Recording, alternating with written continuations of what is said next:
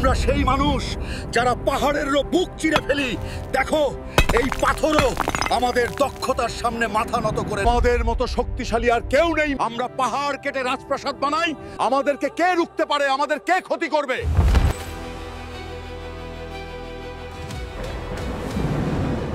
আমাদের কোনো অদৃশ্য ঈশ্বরের প্রয়োজন নেই। আমাদের এই দেবতারাই আমাদের উপাস্য। আমাদের পূর্বপুরুষরা যেভাবে এই মূর্তিগুলোর পূজা করেছেন, আমরাও তাই করব। আমাদের কাউকে বোঝানোর দরকার নেই। আমরা কারো প্রলোভনে পড়ব না।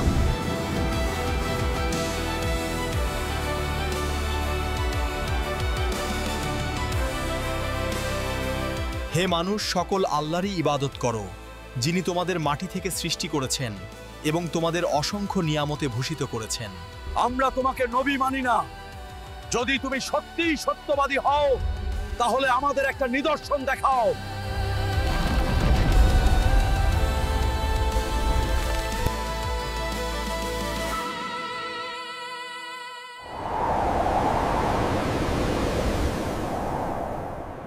হাজার হাজার বছর আগে আরবের মরুভূমির বুকে এক শক্তিশালী ও ধনী জাতি বসবাস করত, আর তাদের নাম ছিল কওমে সামুদ। তারা উঁচু উঁচু পাহাড় কেটে তাদের প্রাসাদ বানাতো। উঁচু উঁচু শিলার মধ্যে তাদের ছিল বসতি। তাদের শরীর ছিল বিশাল, দেহ ছিল সুঠাম, আর শক্তি ছিল অপরিসীম। চারিদিকে তাদের ক্ষমতা, কারিগরি, অভিজাত্য ও গৌরবের নিদর্শন ছড়িয়েছিল। কিন্তু ক্ষমতা ও ঐশ্বর্যের সঙ্গে সঙ্গে তাদের হৃদয়ে অহংকারও জন্ম নিল, আর তারা বলতে শুরু করলো, আমরা কাউকে ভয় করি না। আমাদের মতো শক্তি পৃথিবীতে কারো নেই, আর না আমাদের মতো ধন সম্পদ কারোর কাছে আছে। সময়ের সঙ্গে সঙ্গে তারা তাদের প্রকৃত প্রভু মানে আল্লাহ রাব্বুল আলামিনকে ভুলে গেল। তারা নিজের হাতে পাথর কেটে বিশাল বিশাল মূর্তি বানালো, আর সেগুলোকে বলতে লাগলো, এগুলোই আমাদের আসল প্রভু। তারা বলল, আমাদের কোনো ঈশ্বরের প্রয়োজন নেই। আমাদের এই দেবতারাই যথেষ্ট। আমাদের পূর্বপুরুষেরা যেভাবে মূর্তি পূজা করেছে, আমরাও তাই করব। আমাদেরকে কেউ বিপথে নিয়ে যেতে পারবে না। তাদের কণ্ঠস্বর প্রতিধ্বনিত হতো সমগ্র ভূমিতে, কিন্তু তাদের হৃদয়ে ছড়িয়ে পড়েছিল অন্ধকার। মিথ্যা বলা, চুরি করা, অন্যকে হত্যা করাই ছিল তাদের প্রতিদিনের কাজ। এমনই করে তাদের নারীদের হৃদয়েও আল্লাহ ভীতি বলে কিছুই ছিল না। তারা প্রকাশ্যে লজ্জাহীনতায় লিপ্ত হতো। তাদের সমাজে যেই পুরুষ সবচেয়ে শক্তিশালী ছিল, সেই পুরুষ হয়ে হতো নারীদের প্রিয় পাত্র। এক নারী বলে উঠল, আমার হানিসকে খুব পছন্দ, কারণ সে খুব শক্তিশালী। আমার পছন্দ সমাহারকে, কারণ সে অপরাজেয়। এক নারী ঘোষণা করলো যে তোমাদের মধ্যে যে বিজয় হবে, আমি তার সঙ্গেই বিবাহ করব। তারা নিজের মৃত্যুকে ভুলে গিয়েছিল, কিয়ামতের দিনকেও একেবারে ভুলে গিয়েছিল। ঠিক এমন এক সময়ে আল্লাহ রাব্বুল আলামিন এই বিপদগামী জাতির হিদায়াতের জন্য পাঠালেন এক নবী, হযরত সালেহ আলাইহিস সালামকে। তিনি সেই জাতিরই একজন ছিলেন। নেক ছিলেন, বুদ্ধিমান ছিলেন ও সত্যবাদী মানুষ ছিলেন। মানুষ তাকে প্রথম থেকেই চিনত এবং সম্মানও করত। তার জ্ঞান ও প্রজ্ঞার জন্যই সবাই তাকে শ্রদ্ধাও করত। লোকেরা বলতো, হে সালেহ, আপনি তো খুব সৎ মানুষ। আপনি খুব বিশ্বাসযোগ্য ব্যক্তি। আপনি অত্যন্ত বুদ্ধিমান। কিন্তু যখন তিনি তাওহীদের দাওয়াত দিতে শুরু করলেন, আল্লাহর একত্বের কথা বলতে লাগলেন, তখন সেই লোকেরা যারা একদিন তাকে শ্রদ্ধার চোখে দেখত, কিন্তু আজ বলতে শুরু করলো, হে সালেহ, আমরা তো আপনার কাছ থেকে অনেক বেশি আশা করেছিলাম। আমরা ভাবতাম আপনি অনেক বুদ্ধিমান একজন মানুষ। হে সালেহ, আমরা তো আপনার কাছ থেকে অনেক বেশি আশা করেছিলাম। আমরা ভাবতাম আপনি অনেক বুদ্ধিমান একজন মানুষ। এইভাবে শুরু হয়েছিল কওমে সামুদের পতনের কাহিনী। এক জাতি যারা শক্তিতে অহংকারী হয়েছিল আর আল্লাহকে ভুলে গিয়ে নিজে হাতের বানানো মূর্তিকে প্রভু বানিয়েছিল। তাদের মধ্যে একজন বলল, তুমি কি আমাদেরকে আমাদের দেবতার উপাসনা করতে নিষেধ করছো? তুমি তো এক অদ্ভুত ও নতুন কথা নিয়ে এসেছো। হযরত সালেহ আলাইহিস সালাম শান্ত স্বরে বললেন, হে আমার জাতির মানুষ, আল্লাহই তোমাদের প্রকৃত প্রভু। তিনি তোমাদের মাটি থেকে সৃষ্টি করেছেন এবং এই পৃথিবীতে বসবাসের সুযোগও দিয়েছেন।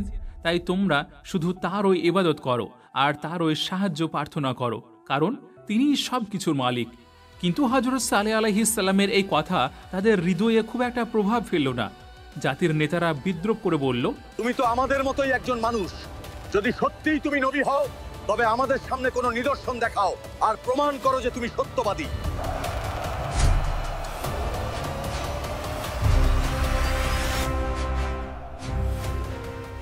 হযরত সালেহ আলাইহিস সালাম বললেন, হে আমার জাতির মানুষেরা, যদি আমি তোমাদের চাওয়া নিদর্শন দেখিয়ে দিই তবে কি তোমরা ঈমান আনবে, আল্লাহর পথে ফিরে আসবে?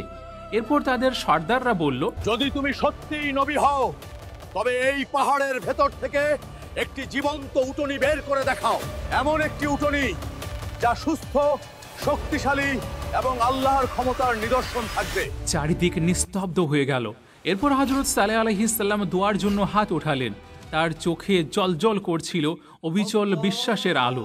তিনি আল্লাহর দরবারে প্রার্থনা করলেন, আর তখন ওই সবার চোখের সামনে সেই বিশাল চট্টান কেঁপে উঠল। ধীরে ধীরে তাতে ফাটল ধরল, আর আল্লাহর কুদরতে সেই পাথর থেকে বেরিয়ে এলো এমন এক জীবন্ত উটনি যা উজ্জ্বল, বলিষ্ঠ ও অত্যন্ত সুন্দর ছিল। এই মুজিজা দেখে মানুষ হতবাক হয়ে গেল। তাদের চোখ বিস্ময়ে বড় হয়ে গেল। তারা একে অপরের দিকে তাকাতে থাকলো, আর তাদের মধ্য থেকে একজন বলল যে, এ তো জাদু, এটা সত্যিই আল্লাহের নিদর্শন। হযরত সালেহ আলাইহিস সালাম বললেন, এই উটনি তোমাদের প্রভুর নিদর্শন, একে কষ্ট দিও না। আল্লাহর জমিনে একে স্বাধীনভাবে চড়তে দিও, আর এর পানি পানের একটি নির্দিষ্ট দিন আছে, যেমন আল্লাহ আদেশ দিয়েছেন। আল্লাহর এই অলৌকিক দৃশ্য সবার সামনে ঘটলেও কিছু মানুষের হৃদয় তবুও কঠিন হয়ে রয়ে গেল। তারা মানতেই চাইল না যে এই উটনি কোনো মানুষের জাদু নয়, বরং আল্লাহর শক্তির ফল। হযরত সালেহ আলাইহিস সালাম নিজের জাতির মানুষকে আবার বললেন যে, এই উটনি তোমাদের প্রভুর পক্ষ থেকে এক নিদর্শন স্বরূপ। যেদিন এই উটনি পানি পান করবে সেদিন আর অন্য কোনো পশু পানি পান করবে না, আর পরদিন অন্য পশুরা পানি পান করবে, কিন্তু এই উটনি আর পানি পান করবে না। কিছু মানুষ বলল, নিশ্চয়ই সালেহ সঠিক কথা বলেছেন। হ্যাঁ, আমিও এর কথাতে সম্মতি জ্ঞাপন করছি। এমনইভাবে জাতির কিছু মানুষের হৃদয়ে ঈমানের আলো নেমে এলো, আর তারা সত্য গ্রহণ করল। কিন্তু অধিকাংশ মানুষ এখনও তাদের একগুঁয়েমিতে অটল রইল। তাদের অন্তরে অহংকার, ঈর্ষা ও জেদ আরও বেড়ে গেল। তারা বলল যে, না না, আমি এখনো মানি না, এটা জাদু ছাড়া আর কিছুই নয়। হযরত সালেহ আলাইহিস সালাম বারবার সতর্ক করলেন, হে আমার জাতি, এই উটনি আল্লাহর আমানত, এর প্রতি বিদ্বেষ পোষণ করো না, এর ক্ষতি করো না। যদি তোমরা এর উপর হাত তোলো তাহলে আল্লাহর শাস্তি তোমাদের উপর নেমে আসবে। কিন্তু এক রাতে যখন আকাশে তারারা ঝলমল করছিল আর মরুভূমির নিস্তব্ধতায় ঢাকা ছিল, তখন কিছু মানুষ গোপনে ষড়যন্ত্র করল উটনিটিকে ক্ষতি করার জন্য। তাদের মধ্যে একজন তীর হাতে তুলে নিল, তারপর সেই তীর দিয়ে উটনির উপর আঘাত করল। সেই তীরের আঘাতে যখন উটনি আহত হয়ে মাটিতে পড়ে গেল, তারপর আর এক ব্যক্তি বর্ষা হাতে নিয়ে উটনির উপর আঘাত শুরু করলো, একের পর এক নির্মম আঘাত। আর এইভাবে সে অত্যাচারীরা হযরত সালেহ আলাইহিস সালামের উটনিকে হত্যা করে ফেলল। পরের দিন সকালে যখন সূর্য উঠল, তখন মানুষ দেখল যে উটনিটি আর জীবিত নেই। তারা আল্লাহর এক মহান নিদর্শনকে মুছে ফেলেছে। তারপর যখন এই খবর হযরত সালেহ আলাইহিস সালামের কাছে পর্যন্ত পৌঁছে গেল, তখন তার মুখে নেমে এলো গভীর বেদনা ও অনুশোচনার ছায়া।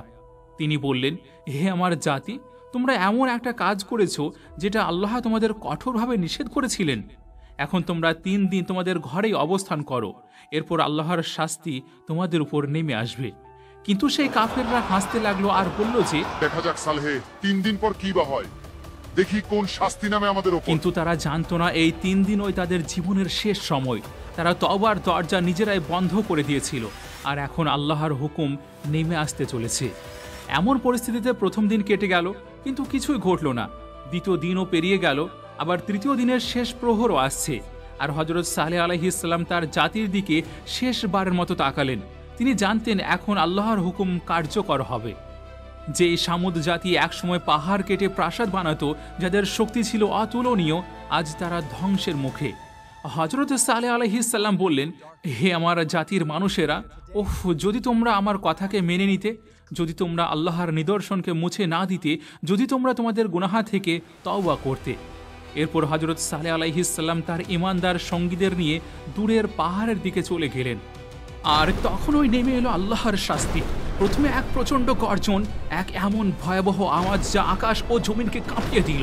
প্রতিটি দেওয়াল কেঁপে উঠল।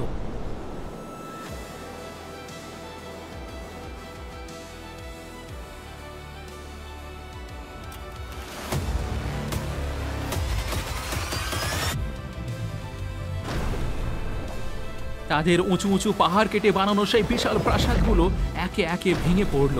তারপর এলো এক ভয়ঙ্কর ঝড়, যে ঝড় তাদের শহর, তাদের ঘরবাড়ি, তাদের বাগান সবকিছু মাটির সঙ্গে মিশিয়ে দিল। যেই কম একসময় পাহাড় কেটে প্রাসাদ বানাতো, তারা আজ নিজেরাই বালির দানার মতো ছড়িয়ে গেল পৃথিবীর বুক জুড়ে। এরপর যখন ঝড় থেমে গেল, তখন কেবল নিস্তব্ধতা রইল। যেখানে একসময় অহংকার, শক্তি আর গৌরবের গর্জন ছিল, সেখানে এখন শুধু নীরবতা।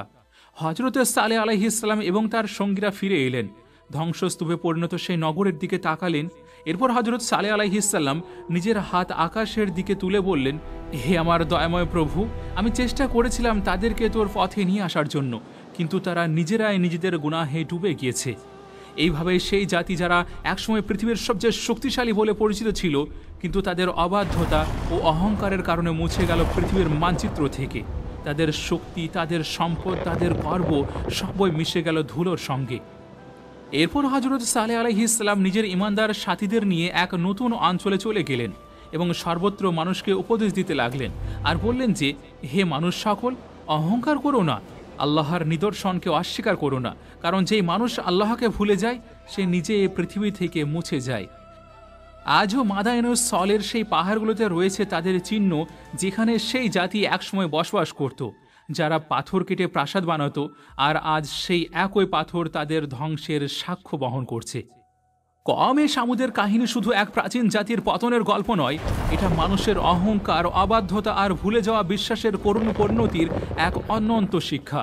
আল্লাহ কাউকে শক্তি দেন, ঐশ্বর্য দান করেন, প্রজ্ঞা দেন, কিন্তু যখনই মানুষ সেই শক্তির অহংকারে নিজের স্রষ্টাকেই অস্বীকার করতে শুরু করে, তখন ধ্বংস নিশ্চিত হয়ে যায়। পাহাড় কেটে প্রাসাদ বানানো সেই জাতি আজ কেবল ইতিহাসের ধুলোয় লুকিয়ে আছে, কিন্তু তাদের কাহিনী আজও আমাদের মনে করিয়ে দেয় যে, যে মানুষ আল্লাহর দয়া ভুলে যায়, সে যতই বড় হোক না কেন, শেষ পর্যন্ত ধ্বংসই তার শেষ পরিণতি। তাই হে মানুষ সকল, স্মরণ রেখো, অহংকার নয়, বিনয়ই টিকে থাকে, শক্তি নয়, ঈমানই রক্ষা করে। আর আল্লাহকে ভুলে গেলে মানুষ আর মানুষ থাকে না, সে শুধু ধ্বংসের অপেক্ষায় থাকে। তো এটাই ছিল হযরত সালেহ আলাইহিস সালাম এবং কওমে সামুদের বাস্তব কাহিনী। আশা করছি এই কাহিনী থেকে অনেক কিছু শিখতে পেরেছেন। যদি এই ভিডিওটি আপনার পছন্দ হয়, তাহলে এটি আপনার ফ্যামিলি এবং প্রিয়জনের মাঝে অবশ্যই শেয়ার করবেন, হয়তো তারাও এখান থেকে কিছু শিখতে পারবেন। আমাদের এর পরবর্তী পর্বে আমরা আরও এক নবীর জাতির কাহিনী নিয়ে আসবো ইনশাআল্লাহ। ততক্ষণ পর্যন্ত আপনারা আমাদের সঙ্গে জুড়ে থাকুন।